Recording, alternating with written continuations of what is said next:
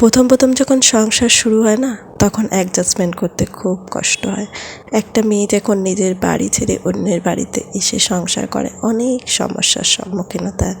সময়ের সাথে সাথে সব কিছুই ঠিক হয়ে যায়, কিন্তু ওই যে সময়টা, ওই সময়টাই তো অনেকটা ম্যাটার করে কতটুকু ধৈর্য ধরে কে থাকতে পারে। সকাল সকাল কাজ আমার শুরু হয়ে গেল। সকালে চা খাওয়া হয়ে গেছে সবাই, ওদিকে ওমকে স্কুলে দিয়েও এসেছি, আর এদিকে আমি আমার রান্নার তোড়জোড় করছি, কারণ ওদিকে মনও স্কুল যাবে। আর আজকে না রুই আর কাতলা দুটো ছোটো ছোটো মাছ নিয়ে আসা হয়েছে, খুব বড়ও না খুব ছোটও না। আর কাতলা মাছের যে মাথাটা ছিল ওটা দিয়ে একটু পুঁই শাক করবো। বেশ কিছুদিন ধরেই পুঁই শাকটা খাওয়া হচ্ছে না। শ্বশুরমশাই বাজার গেছিলো, ওনাকে বললাম একটু পুঁই শাক নিয়ে আসবেন, কুমড়ো নিয়ে আসবেন, আর মাছ তো আনবেন, সেটার মাথা দিয়ে একটু করব। বেশ ভালো লাগে এরকমভাবে পুঁই শাক খেতে। আর এখানে আমি সকালের টিফিনে রুটি করেছিলাম আর একটু আলু ভেজে নিয়েছিলাম।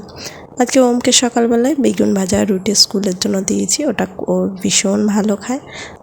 এদিকে মনের জন্য একটু ফ্রাইড রাইস করে দেবো, মানে একটু আলু ভেজে একটু ডিম দিয়ে পেঁয়াজ দিয়ে একটু ওকে ভাতটাকে একটু ভেজে দেবো, যেটা ও খেতে খুব ভালোবাসে। আর যেহেতু ওর আটায় অ্যালার্জি, তো আটাটা দিই না।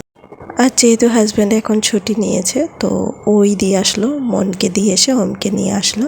তারপর ওদের পুরনো বই খাতা কিছু স্টোরেজ করা ছিল, সেগুলো একটু ক্লিয়ার করা হলো, দিয়ে আসা হলো দোকানে। আর তারপর এসে ওকে খাইয়ে দাইয়ে ঘুম পাড়িয়ে দেবো হোমকে। আর তারপর আমার লাঞ্চটা নিয়ে বসলাম, বসে খেয়ে দিয়ে একটু রেস্ট নিয়ে ওদিকে মনকে নিয়ে আসতে গেলাম। তোমরা যেখান থেকে দেখছো আমার ব্লগটা, ভালো লাগলে পাশে থেকো। নেক্সট একটা ব্লগে তোমাদের সঙ্গে আবারও দেখা হচ্ছে, ততক্ষণ টাটা।